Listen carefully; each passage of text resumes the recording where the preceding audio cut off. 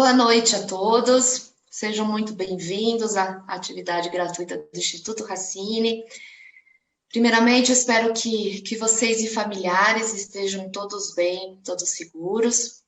Eu sou a Karen Franco, estou como consultora especializada em assuntos regulatórios de saúde e nutrição animal e também estou como coordenadora acadêmica do Instituto Racine, onde nós oferecemos 2 cursos intensivos sobre o setor de saúde e de alimentação animal. Hoje à noite eu converso com Marcos Vinícius de Santana Leandro Júnior.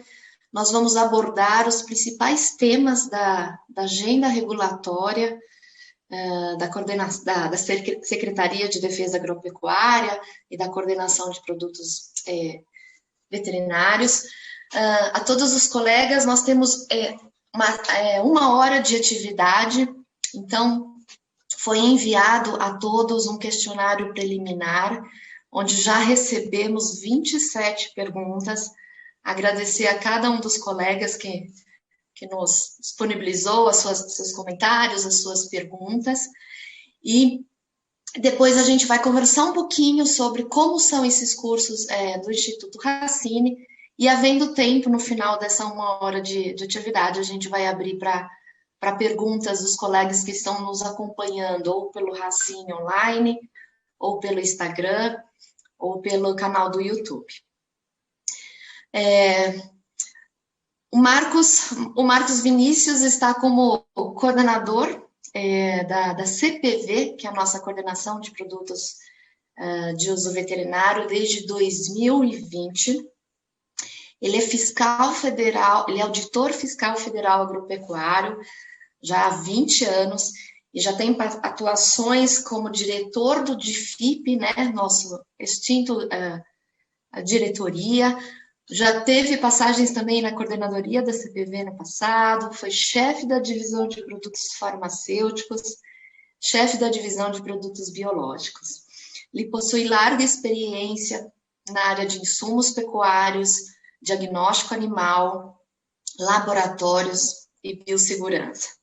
Ele é colega veterinário, graduado pela Universidade Federal de Lavras e mestre em fisiopatologia experimental pela Universidade de São Paulo. O currículo é extenso, mas, além de tudo isso, o Marcos é marido da Karina e pai da Larissa e da Amanda, que antecipadamente eu já agradeço pela disponibilidade de deixar o Marcos aqui no início da noite. Obrigada a vocês. Bem-vindo, Marcos. Boa noite. Como é que você está? Boa noite, Karen.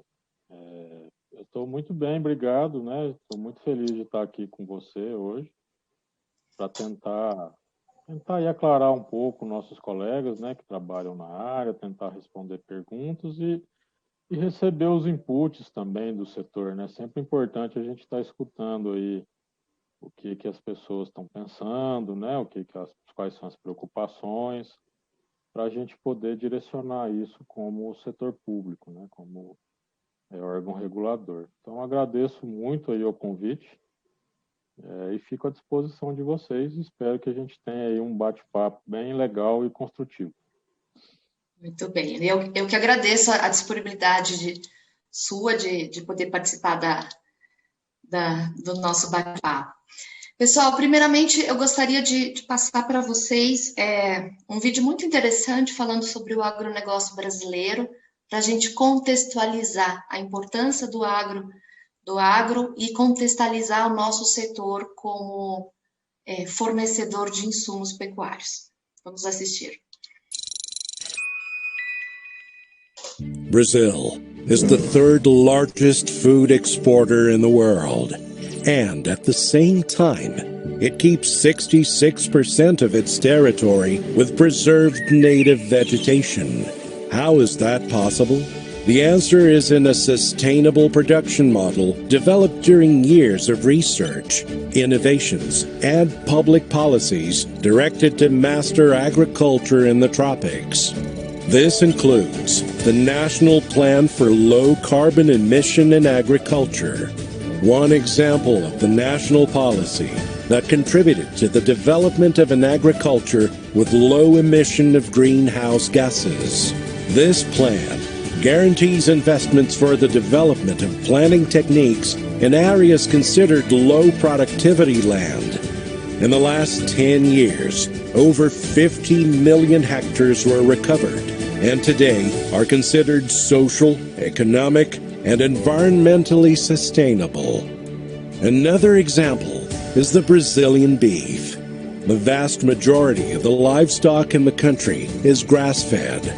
The Brazilian livestock also has integrated crop livestock forest systems, which allow for the reduction of emissions. Brazil also has one of the strictest environmental laws in the world. Did you know that the Brazilian Forest Code establishes that producers have to preserve 20% to 80% of their land depending on the region? Thanks to this law, permanent preservation areas located inside farms account for 25% of all preservation areas in Brazil. Brazil has the research, innovations, and public policies to produce safe and good quality food for the world in a sustainable way. Brazilian agribusiness, feeding the world, respecting the planet.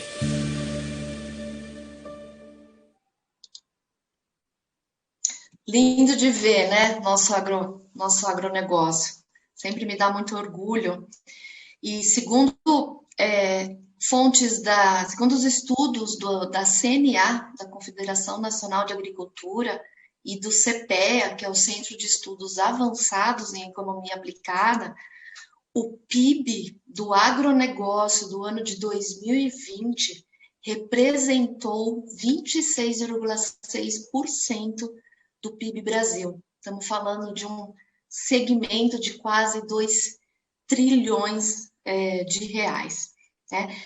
Inclusive, é muito interessante, Marcos, de ver, o CPEA, ele faz um estudo do PIB do agro, que ele olha todas as cadeias produtivas, inclusive a nossa, a de insumos pecuários, e ele subdivide o PIB pecuário e o PIB agrícola.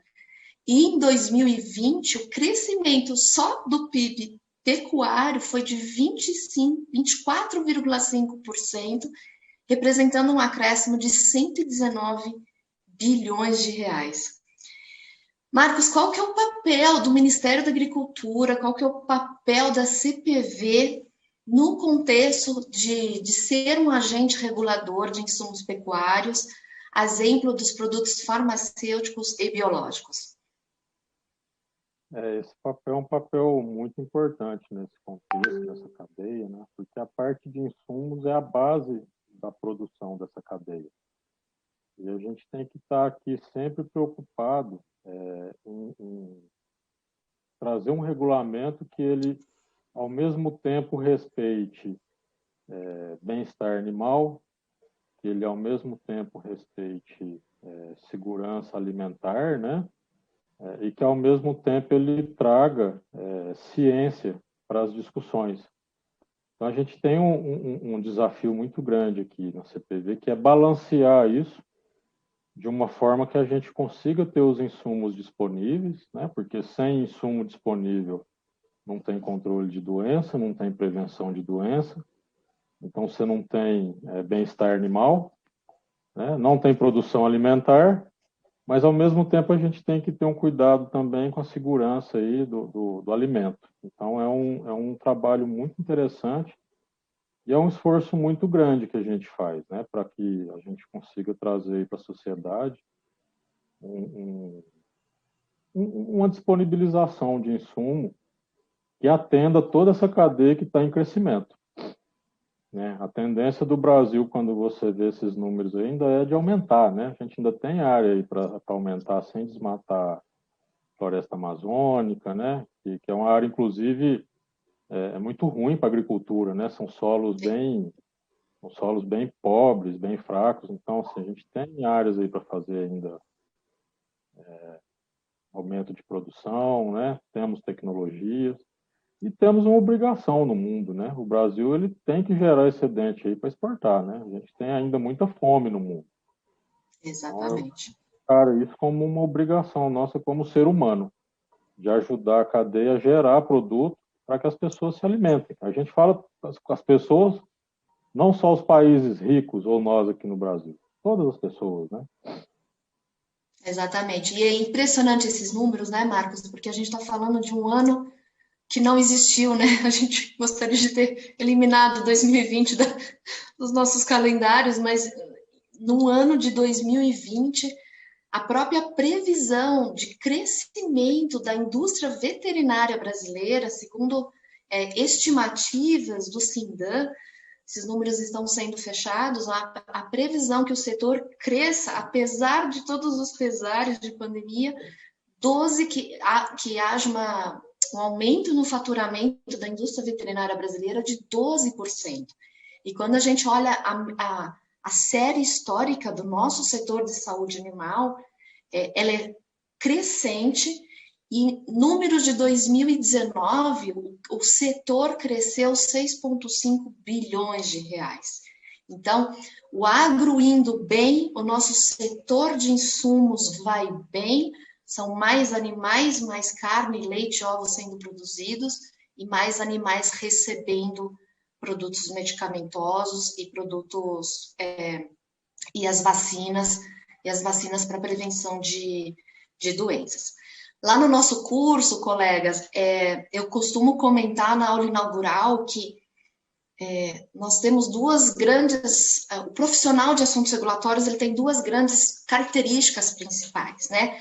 A primeira delas é promover o compliance regulatório das indústrias que você representa, e a segunda, tão importante quanto, é conhecer o business da empresa. Então, nós começamos o nosso curso falando sobre o mercado, né? Nós somos profissionais técnicos, mas nós temos que abrir a nossa visão, entender aspectos macro do nosso mercado, para até entender internamente nas empresas, porque às vezes nossos gestores aceleram um pouco o desenvolvimento de as tarefas da prioridade de projetos, ou porque eventualmente a diretoria executiva das empresas deixa alguns projetos em stand-by. A gente está acontecendo coisas no mercado que a gente precisa ter esse conhecimento para realmente ser um profissional participativo, né? Não adianta só a gente entender do regulamento, da norma, do normativo. A gente precisa entender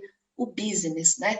Quais categorias de produtos que a indústria veterinária mais fatura, quais espécies animais são mais lucrativos para uma indústria de saúde animal. Marcos, estamos completando mais um ano e meio de pandemia.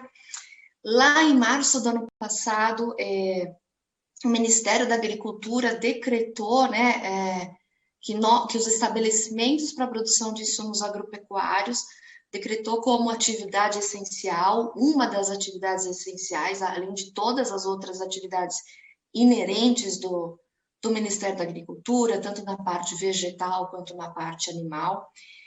E eu acompanhei diversas iniciativas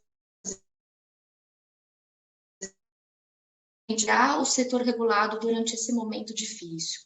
Posso citar a disponibilização de um e-mail geral, onde a gente conseguiu protocolar nossos processos 100% de forma eletrônica, citar prorrogações de prazos das consultas públicas que aconteceram, prorrogação de prazos de uploads nos nossos sistemas de registro.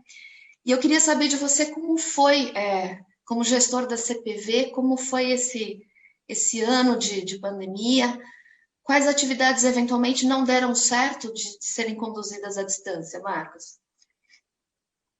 Foi um ano de muito aprendizado para nós aqui, sabe, Karen e ouvintes. Nós tivemos que nos reinventar, né? Porque praticamente do dia para a noite nós mudamos toda a rotina de trabalho, né? E ainda junto com então de demanda, né, no Ministério. aí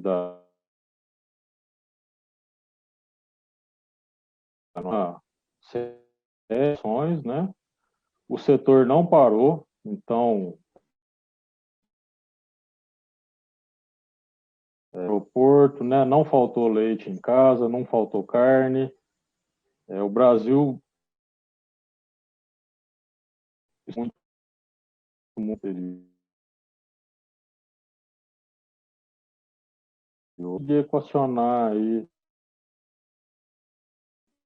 anda com a questão do lockdown, né? Mas é uma coisa necessária. A gente sabe aí como veterinário que se você conseguir diminuir a forma de contato aí de algumas formas de contato, você consegue diminuir a dispersão de vírus, né?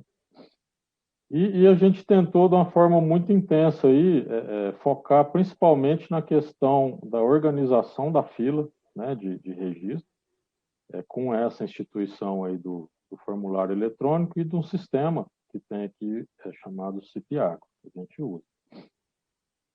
Esse CIPIAGO nós colocamos aqui, uma colega nossa,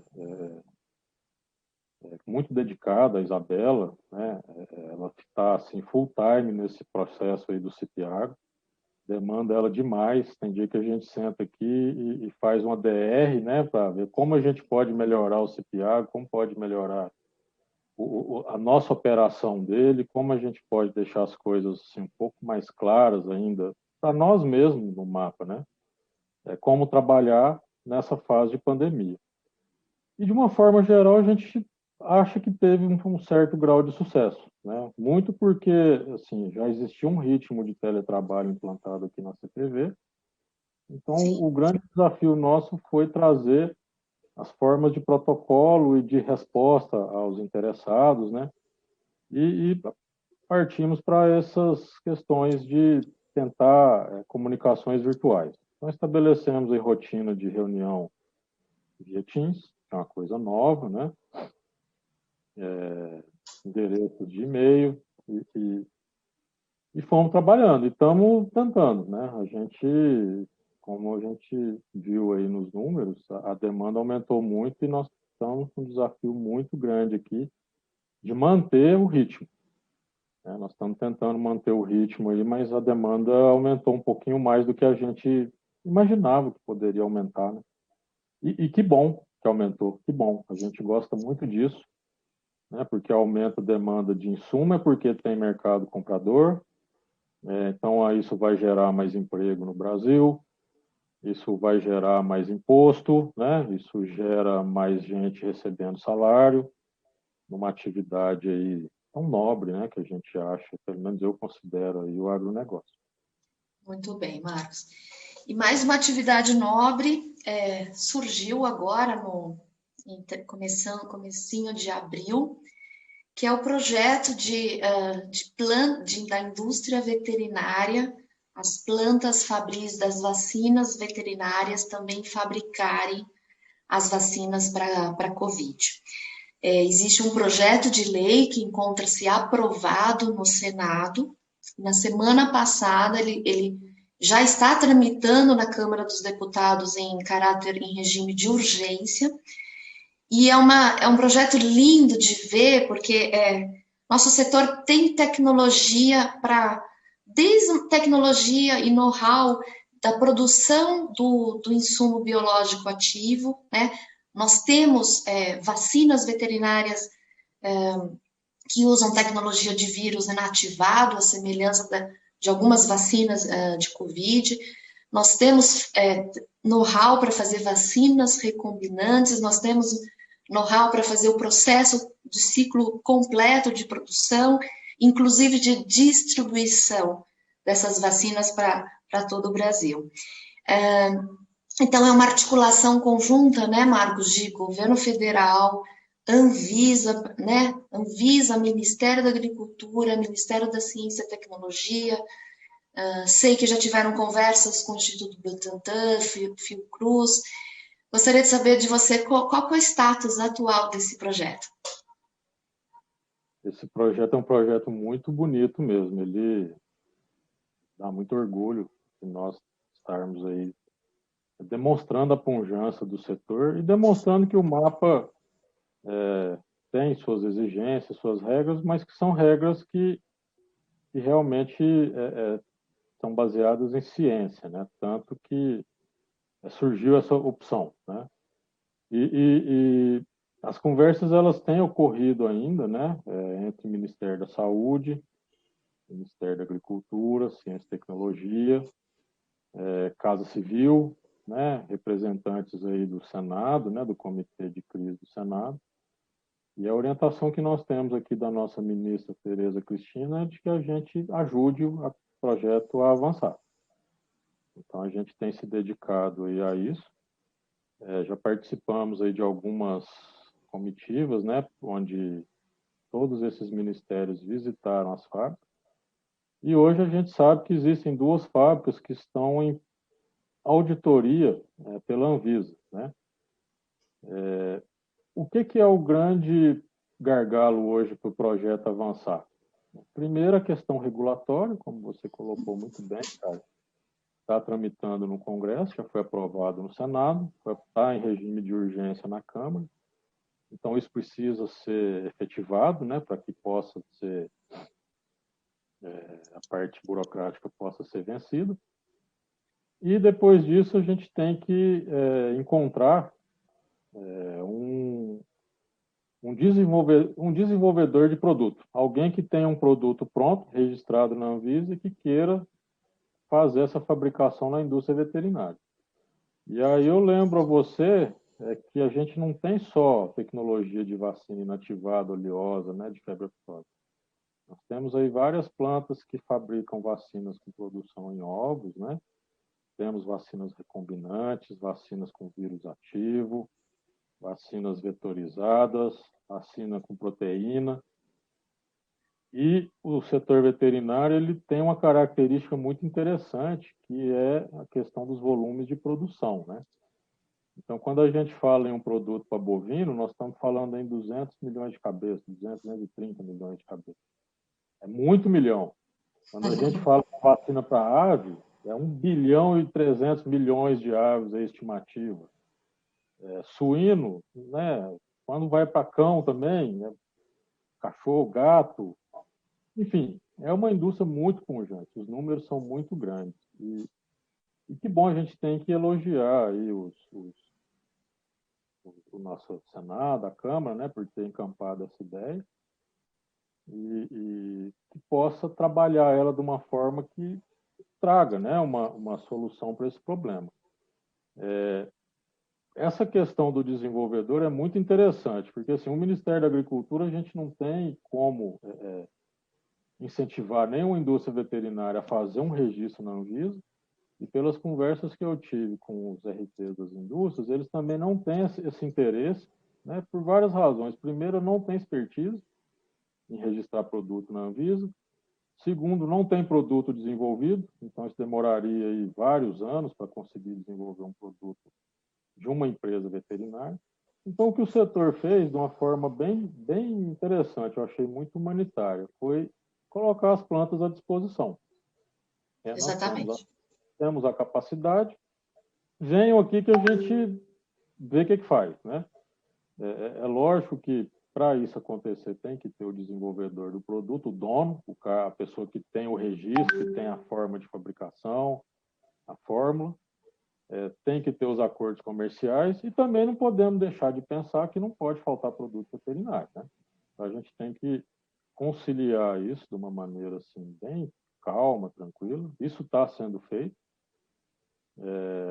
E a gente sabe que, do ponto de vista de tecnologia, isso é possível, né? A gente tem aí as validações de processo de limpeza, tem os processos de limpeza, né? Que garantem que o produto que vai sair da mesma linha, o produto veterinário humano, um não vai contaminar o outro. E aí eu fiz um comentário muito interessante recentemente num outro evento.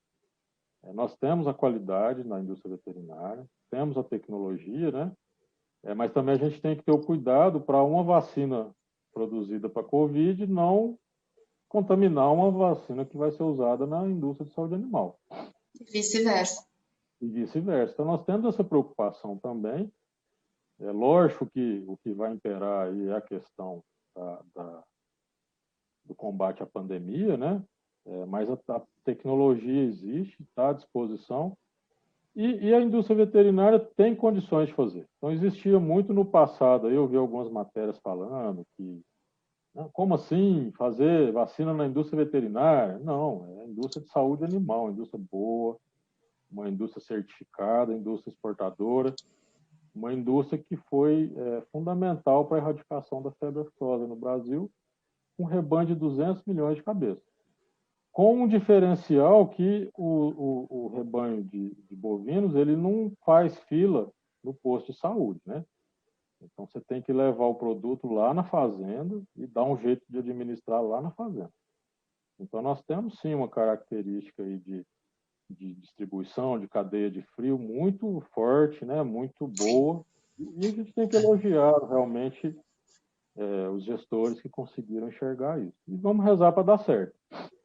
O Ministério da Ciência e Tecnologia, recentemente, nos comentou que existem 12 vacinas candidatas desenvolvidas no Brasil, né? E eles estão buscando aí dentro da lista de empresas veterinárias, né, de saúde animal e de saúde humana, empresas que consigam produzir aquela tecnologia para tentar fazer um match, um casamento. E se a vacina der certo nos testes, já começa a produzir e aí a gente vai ter vacinas nacionais produzidas aqui em grande volume, grande quantidade. Vamos ver, espero que dê certo. A nossa expectativa é que dê certo. Funciona. Eu tô acompanhando esse projeto, parabéns pelas ações que vocês já fizeram até agora e vou ficar muito orgulhosa se der certo. Mais uma vez, a indústria de saúde animal ajudando a saúde pública, né? Eu acho que vai ser muito, muito interessante. Marcos, vamos falar da nossa agenda regulatória. Nós tivemos, em agosto de 2020, o Departamento de Saúde Animal publicou a portaria 207, né, que listou todos os temas prioritários e os temas secundários e determinou a agenda regulatória de toda a secretaria para o biênio de 2020 até 2021. Né? Do nosso setor de produtos veterinários, foi elencado como temas principais esses 7 temas que eu estou colocando em tela, né? E suas respectivas revisões das normas. Então, estamos falando da portaria de fast track, onde produtos inovadores que atendem os requisitos da portaria têm uma priorização de análise. Estamos falando de vacinas clostridiais, do sistema de farmacovigilância veterinária, registro simplificado de produtos veterinários e assim por diante, tá? Para cada um desses temas, colegas, eu recebi várias perguntas e eu vou estar repassando agora para o Marcos Vinícius, organizadas aqui pelos temas, tá? Primeira delas, Marcos, é sobre a revisão da norma do Fast Track. A pergunta é a seguinte: quando se trata de registro de um kit diagnóstico que ainda não existe no mercado, tanto nacional quanto no internacional, é possível conseguir priorização? Então, vamos lá. Eu vou tentar responder todas as perguntas, mas antes de partir para essa resposta, eu queria fazer um comentário sobre o andamento geral, né, da nossa agenda regulatória. Então, nós tivemos aqui alguns desafios em 2020 e 2021 que nos obrigaram a renegociar essa agenda com a alta gestão do MAPA. Então, assim, a gente teve que avançar aí em temas que estavam trazendo mais impacto negativo para o setor. E quando eu falo setor, não é só as empresas, é o MAPA também, né? Uhum. A gente faz parte desse setor. Então, nós tivemos uma determinação aqui do nosso secretário para trabalhar o decreto 5053, a atualização dele. uma iniciativa que a gente apoiou muito, porque o decreto é a base de todos os regulamentos do MAPA, né, da parte de produtos veterinários. E o Brasil é um país burocrático mesmo. A gente funciona aqui com lei, depois o decreto, depois as instruções normativas e portarias.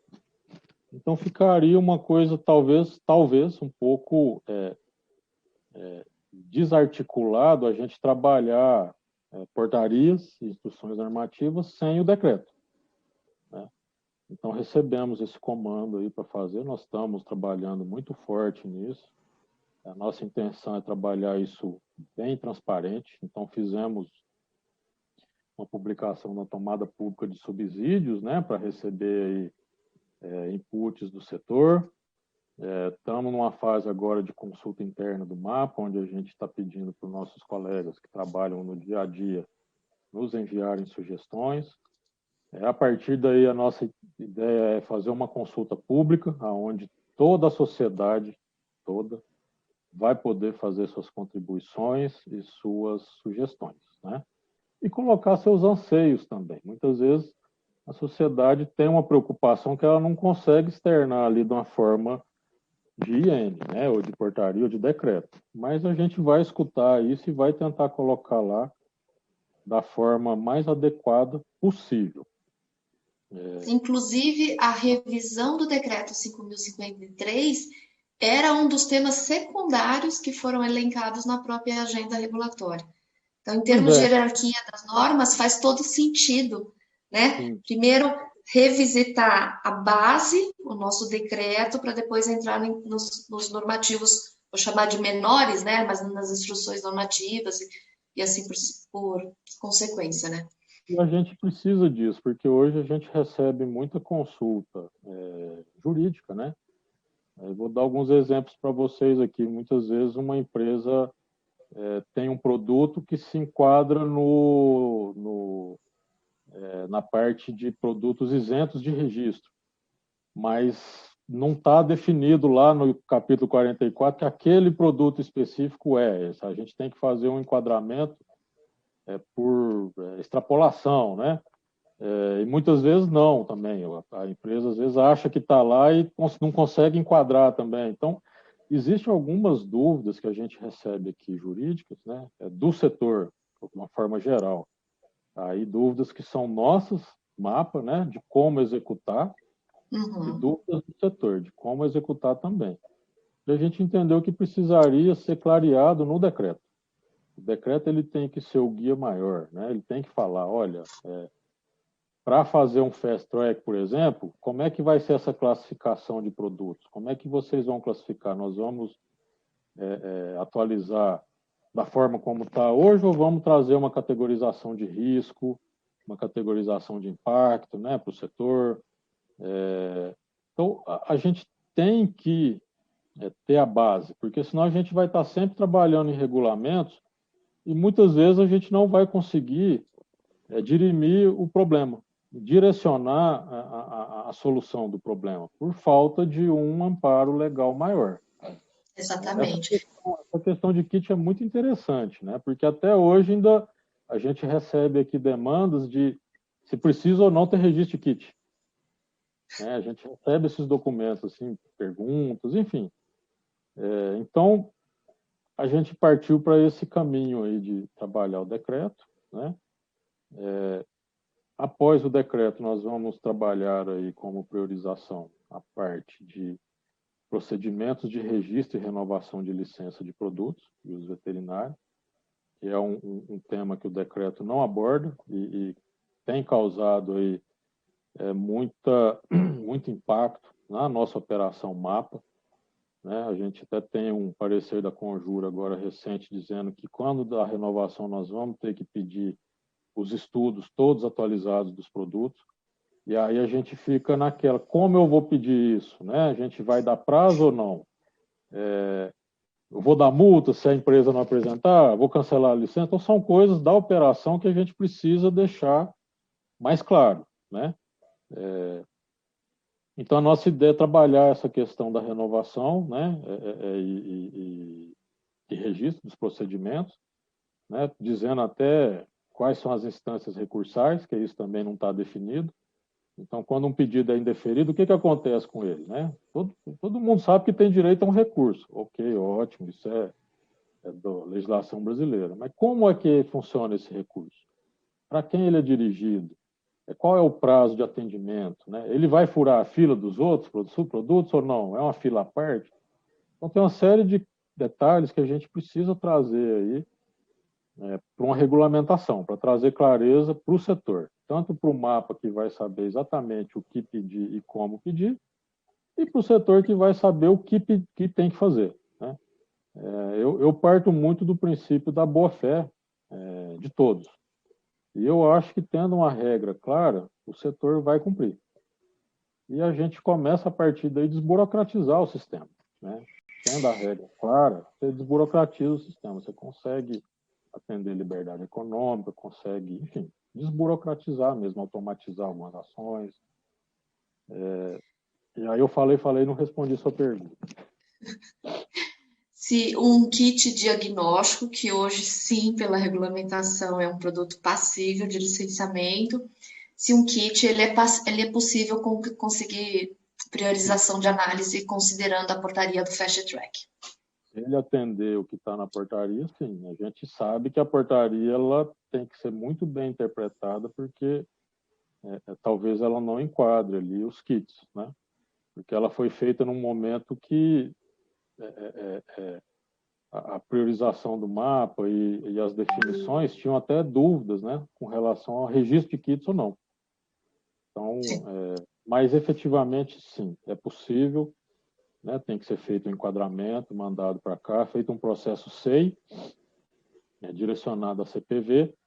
Esse processo, quando chega na CPV, ele é sorteado de forma aleatória entre os analistas e o analista sorteado recebe o processo de atribuição e ele toma conta desse processo até o fim.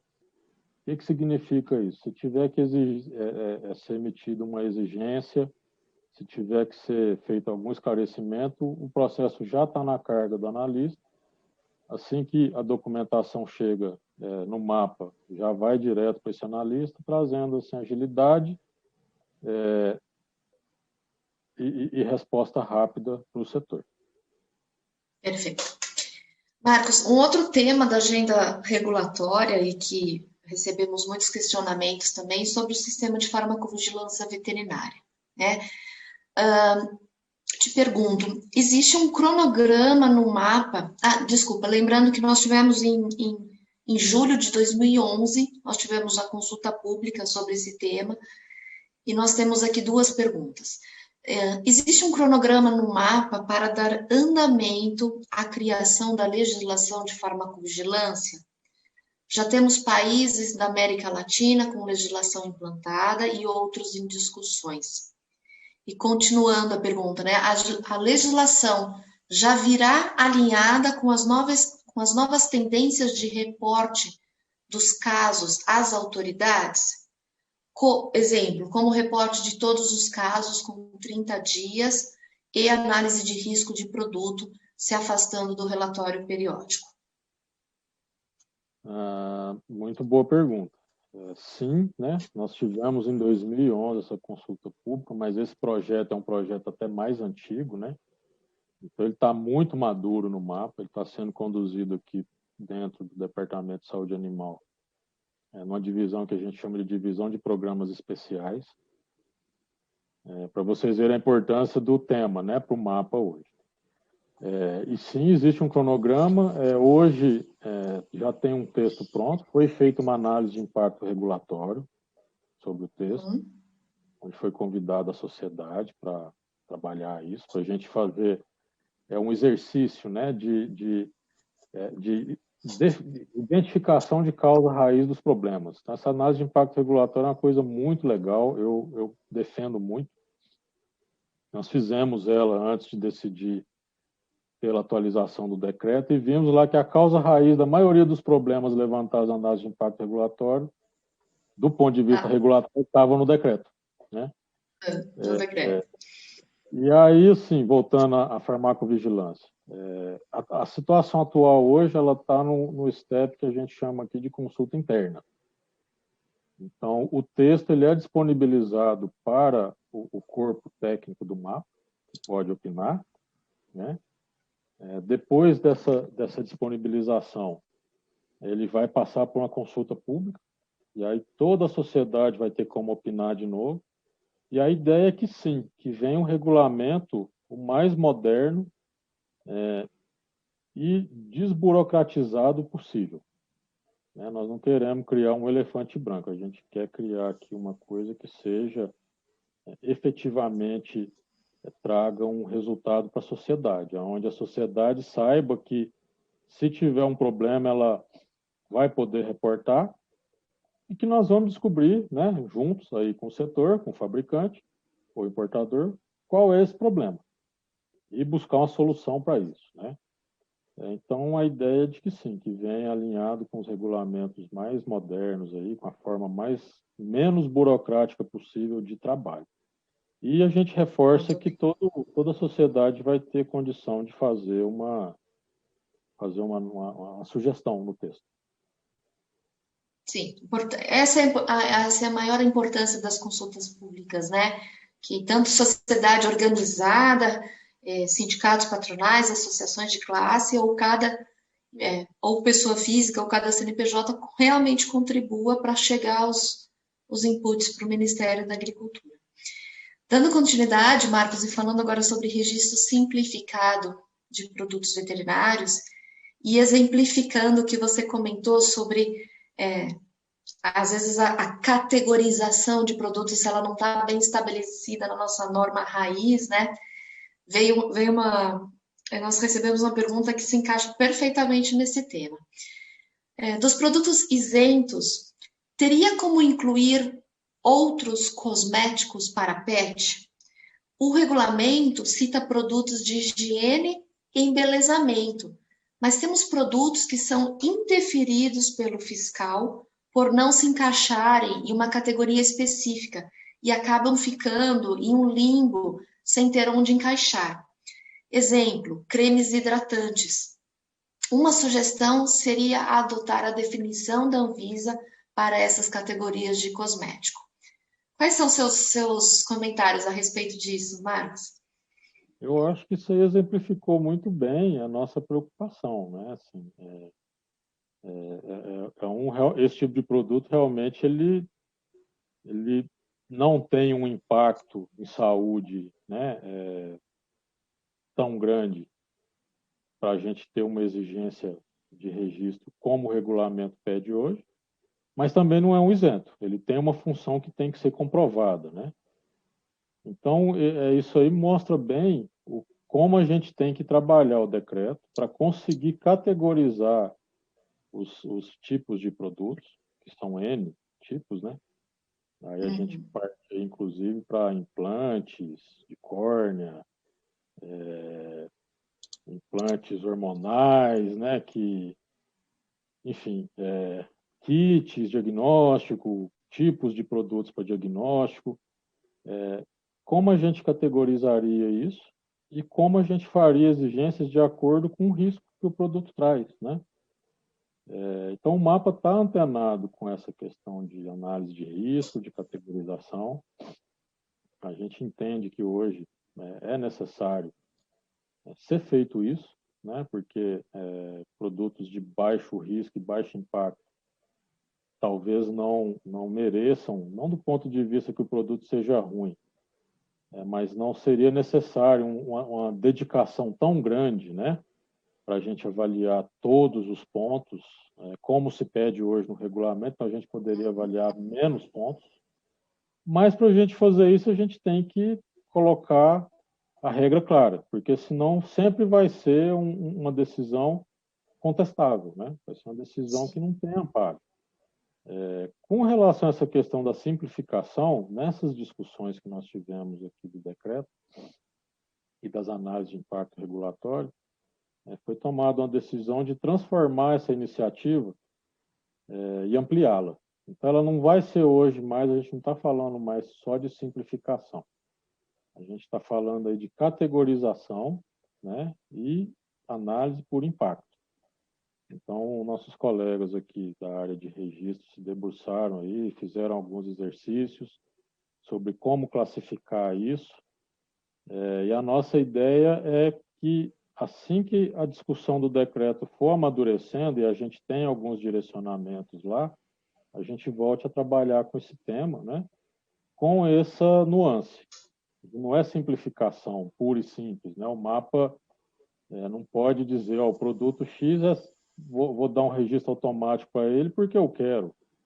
Né? O mapa, como órgão regulador, ele tem que ter ciência, ele tem que ter motivação dos seus atos, né?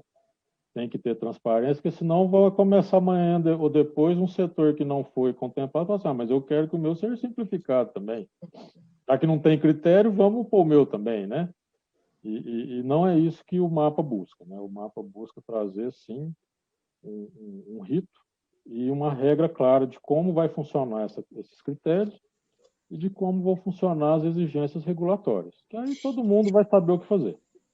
Então, podemos entender que uma vez bem definido no nosso decreto essas categorias, a próxima etapa seria regulamentar em normativos específicos e publicar a norma correspondente de registro simplificado, porque nós tivemos duas consultas públicas, né?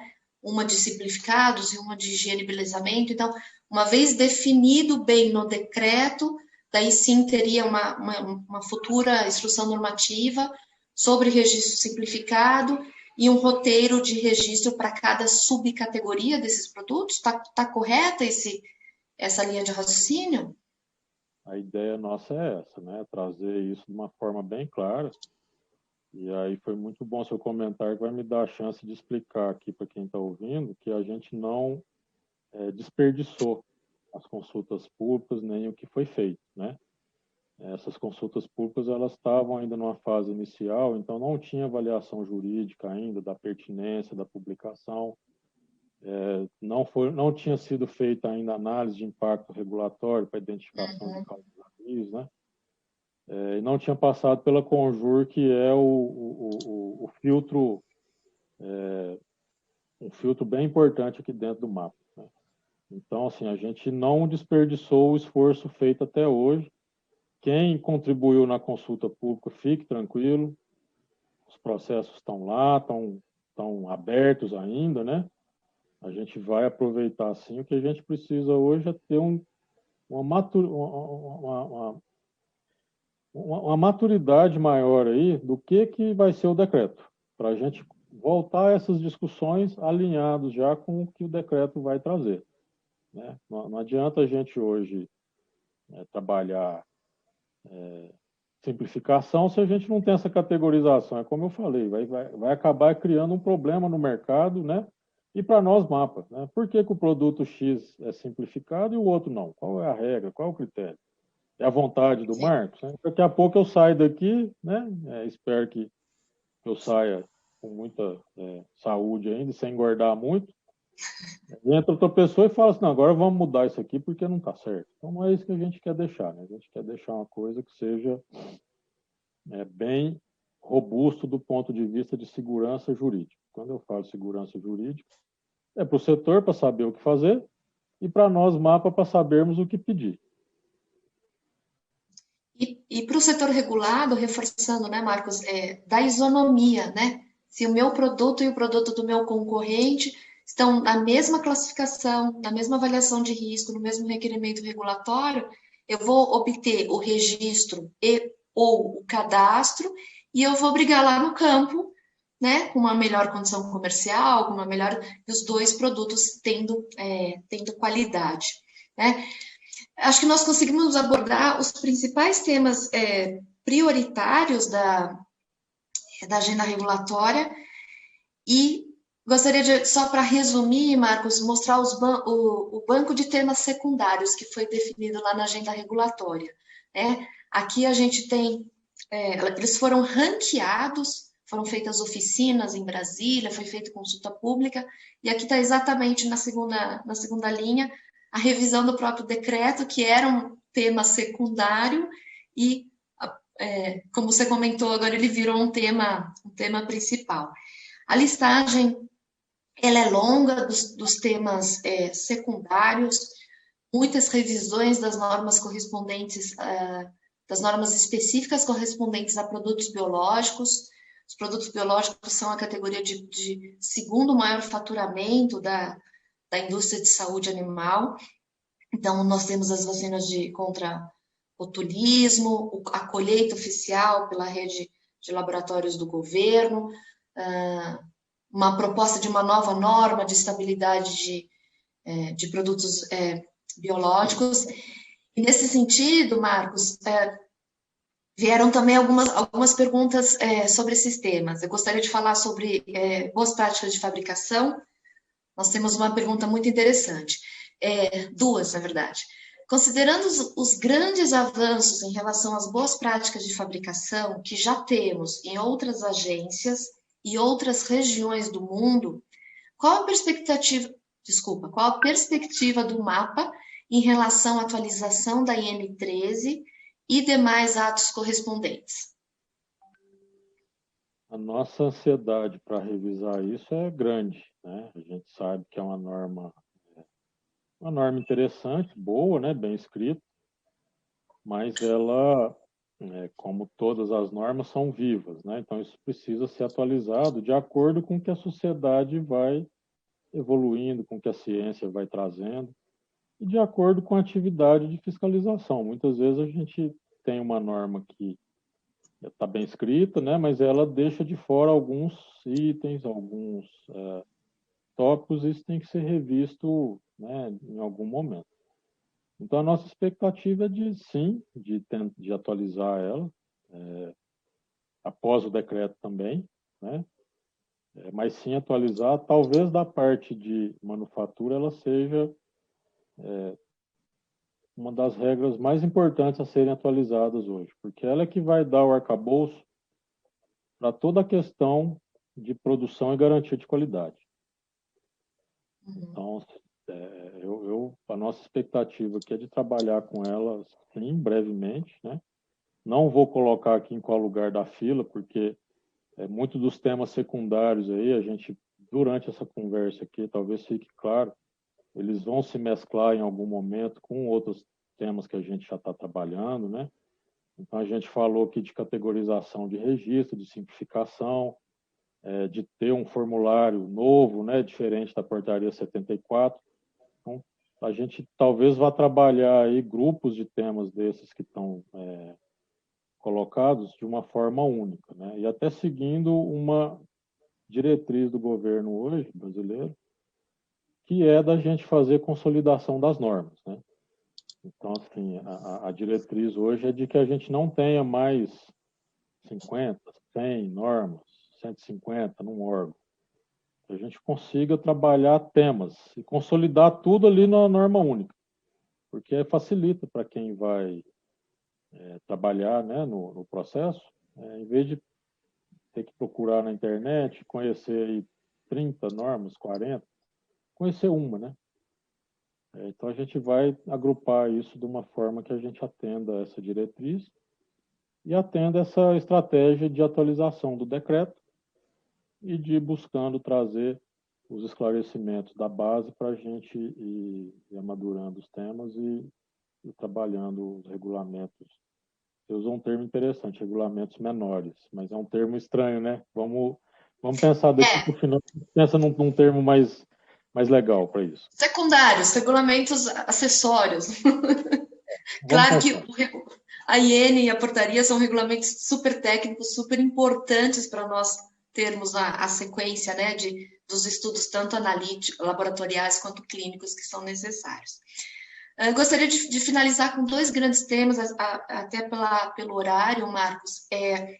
Eu também, nas perguntas, eu solicitei aos colegas que comentassem algum tema de outros normativos vigentes, e veio um tema muito importante, que é a adequação aos novos LMRs, que são os limites máximos de resíduos de medicamentos veterinários em produtos de origem animal, que foi atualizado esses limites pela Anvisa, e o mapa internalizou esses limites. Então, nós temos a nossa portaria 200, publicada esse ano.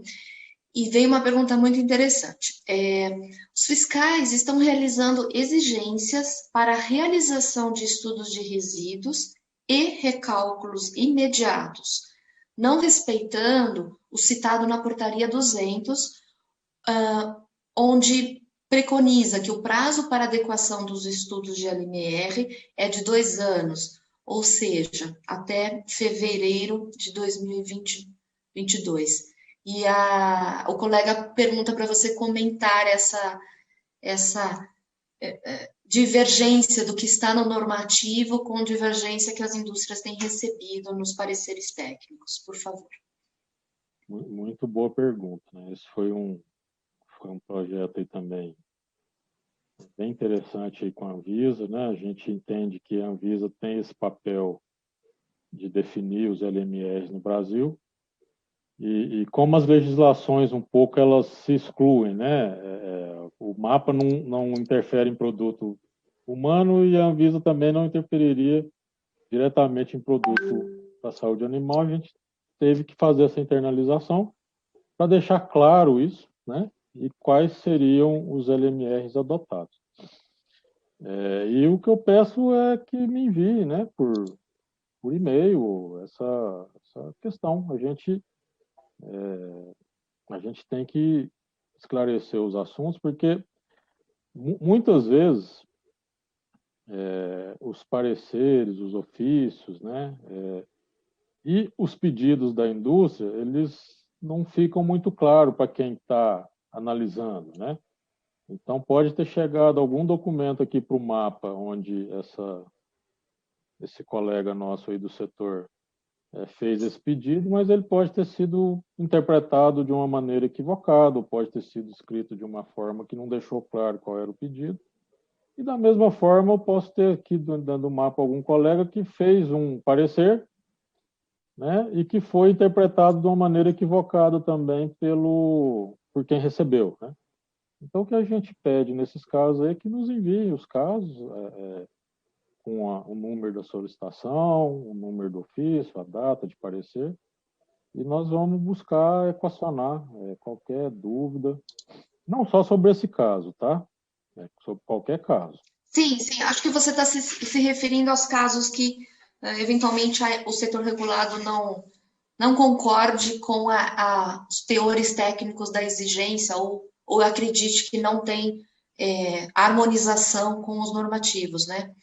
A gente está levantando aqui que qualquer divergência ou dúvida, ela tem que ser sanada, né? O nosso objetivo aqui, como a gente colocou no começo, é ter produto no mercado. Sem produto, a gente não tem saúde animal, a gente não tem bem-estar animal, a gente não tem controle de zoonose, a gente não tem saúde pública, a gente não tem produção alimentar. Então, o objetivo do mapa aqui também da CPV é pôr o produto no mercado. A gente não tem a ferramenta de incentivo, né, que não precisa no Brasil. E a diferença grande é que o setor tem um viés aí de lucro, como você bem colocou, e nós não. A gente não está muito preocupado com quanto que aquele produto vai lucrar. Nossa preocupação é a qualidade final do produto. Nesse processo, são processos feitos por pessoas que estão lendo, escrevendo, né, tanto do lado da indústria quanto do lado do mapa. Muitas vezes, essas palavras, pareceres, ofícios, não ficam muito claros, não são claros. E a gente respeita isso. Isso faz parte do ser humano, né, da questão de interpretação. E o nosso papel aqui é tentar, de uma forma baseada em ciência, trazer essas interpretações diversas. Em alguns casos, divergências existem, né? Baseado na ciência, trazer uma resolução para isso. Então, assim, a gente respeita, inclusive, as divergências, né? A gente tem feito muita reunião aqui virtual com as empresas, onde a gente escuta. A empresa reclama, fala, olha, eu acho que a exigência tal não cabe. E a gente explica por que foi feito. Né? Muitas vezes a pessoa que está aí do outro lado também, ela não consegue se colocar no lugar do fiscal do mapa. E nós também podemos incorrer nisso, né? A gente pode também não entender muito bem o que foi escrito, e então precisa ter esse diálogo, é um diálogo construtivo, né? Se feito de uma forma republicana, é um diálogo construtivo que vai trazer solução, e a gente quer, dentro desses diálogos, trazer as soluções regulamentares e pôr isso tudo em regulamento, porque aí fica isonômico, né? Fica todo Exato. mundo sabe o que foi feito, sabe por quê, né?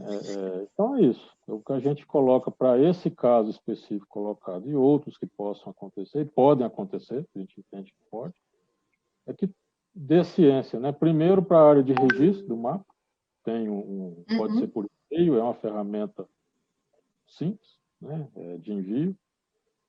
Isso não sendo efetivo, a gente pode mandar para a coordenação, a gente vai buscar solucionar, a gente busca fazer uma reunião e solucionar, né? Busca Bom saber, responder. né? Então, recomendação para os colegas aqui, né? Recorram à divisão de registro de produtos veterinários, seja seu produto farmacêutico ou biológico, porque isso acontece. Estou falando da minha experiência profissional, auxiliando meus clientes em alguns projetos, às vezes para nós, na nossa interpretação regulatória e na nossa interpretação técnica, a exigência ela não tem, não, a gente não encontra justificativa. Então, e uma vez que a gente não consegue saber exatamente qual colega, qual foi o AFA que analisou e emitiu aquele parecer, então o melhor caminho seria exatamente a gente recorrer à divisão de registro, né? É o primeiro passo. A gente só orienta assim que quando vier a contestação, que tenha uma base, um subsídio científico, né? Sim. Muitas vezes a gente recebe algumas contestações assim que dificultam um pouco a gente conseguir entender e endereçar o tema. E eu não estou falando isso de forma crítica, de forma nenhuma, né? O que eu estou colocando é que a forma de escrever é muito importante, né? Às vezes a pessoa que está escrevendo ali, ela está com aquilo tão na cabeça dela que aquilo está claro como, né, como um céu. E aí a gente chega aqui, vai ler e fala, poxa, eu não estou entendendo qual é o problema, né? A gente às vezes não consegue. Então, assim, não se frustrem se a gente não entender, tentem fazer um exercício antes de enviar contestação, colocando, né, do porquê que não, do porquê cientificamente que não. E nós também, da mesma forma, temos esse compromisso. Quando a gente falar que sim ou que não, a gente vai tentar o máximo possível explicar dentro da ciência, dentro do que precisa ser feito. Então, é o Exatamente. compromisso que a gente tem hoje aí não só com o setor, com a minha cadeia de comando, né, que me colocou aqui para tentar conduzir esse setor tão importante, tão sensível, né, que é a área de insumos veterinários. Nada melhor que um bom argumento técnico ou um regulatório bem justificado, né? E bem comunicado, bem escrito, né? Marcos, estamos chegando ao nosso encerramento. Eu procurei aqui selecionar as perguntas mais representativas, de tantas as que eu recebi dentro de tantos temas da nossa agência regulatória. Eu gostaria que você desse suas palavras finais e daí eu finalizo comentando e apresentando um pouquinho os nossos cursos no Instituto Raci. Bom, primeiro eu tenho que mais uma vez agradecer aí o convite. Eu acho que toda oportunidade dessa que a gente recebe de tentar esclarecer as dúvidas, né, de tentar colocar de uma forma clara e para todos os envolvidos aonde o governo está trabalhando, para onde a gente quer chegar, eu acho que são iniciativas louváveis e pode me chamar para outras rodadas dessas se você entender que merece. Então já está convidado. Por Você colocou fim, a bola na frente do gol, Marcos. e para finalizar, eu queria pedir ao setor que se mobilize, que ajude a gente nesse desafio aí da atualização do decreto 5053. Né? A gente precisa, sim, ter argumentação, ter pontos de necessidade de melhoria, porque nós que estamos aqui no mapa, a gente enxerga uma parte do problema, né? A gente enxerga o que a nossa visão permite, não a de vocês. Então, é importante que o setor envie seus comentários, envie suas sugestões, envie os problemas encontrados para a gente poder trabalhar isso e fazer um regulamento que seja um regulamento robusto e que traga aí uma tranquilidade por um período de tempo. A gente sabe que daqui 10, 15 anos, quem sabe, né, ele vai ter que ser atualizado depois de publicado. Mas que durante esse tempo a gente consiga trabalhar tranquilo, né, com clareza, com regra clara e para todos. Então é isso. Muito obrigado. Boa noite. Muito obrigada, Marcos.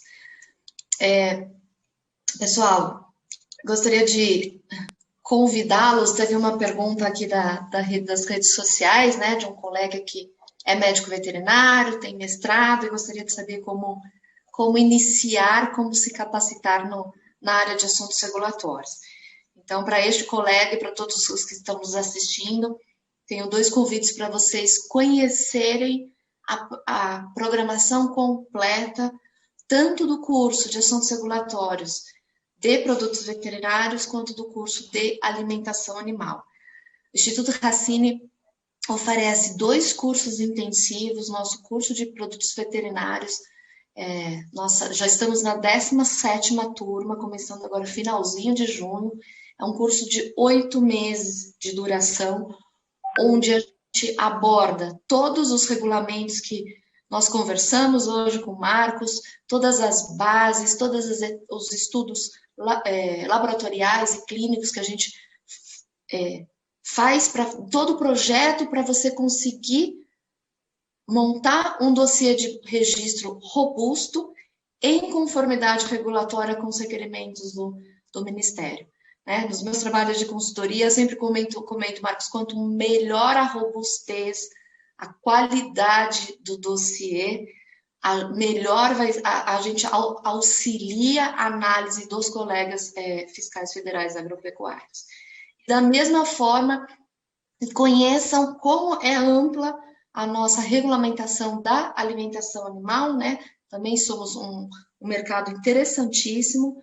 Conheçam a programação do nosso curso, é um curso de 5 meses de duração. Próxima turma se inicia em agosto deste ano. Tá? Todas essas informações vocês encontram no site da Racine. E quem são os docentes dos meus cursos? Eu estou como coordenadora acadêmica desses 2 cursos, sou uma das docentes, e esses cursos só acontecem graças ao empenho e dedicação dos meus colegas especialistas em assuntos regulatórios. Vocês vão ter aulas com profissionais experientes, atuantes na indústria de saúde animal, com toda a experiência prática desses profissionais na condução dos projetos regulatórios. Então, é um curso muito aplicado, com muito exemplo prático, porque nós estamos gerenciando nossos projetos regulatórios durante a semana e aos encontros mensais, no final de semana, a gente vai estar dando aula sobre os requerimentos e sobre a melhor forma de conduzir esses projetos. A minha mensagem final, fiquem tranquilos e confiem nos profissionais de assuntos regulatórios. Agradecer novamente a presença do Marcos, antecipar o convite para um próximo encontro. Contato do Marcos Vinícius está aqui embaixo. Compliance.vet é a minha empresa de consultoria. Então, se tiverem projetos regulatórios em saúde e alimentação animal, por favor, considerem meu nome. E estão os meus contatos aqui. Boa noite a todos. Lembrando que agradecer a participação de todos. Lembrando que o Instituto Racine é uma instituição educacional com foco na área de saúde. Então, nós acreditamos na ciência. Nós estamos num processo de pandemia, por favor, continuem se cuidando. Nós acreditamos na ciência, né, Marcos? Nós acreditamos nas vacinas. Nós E o máximo que cada um poder cuidar e cuidar dos seus familiares, a gente consegue passar por essa tempestade da melhor forma possível. Tá bom? Muito obrigada novamente. Bom descanso a todos. Até logo. Obrigado, boa noite.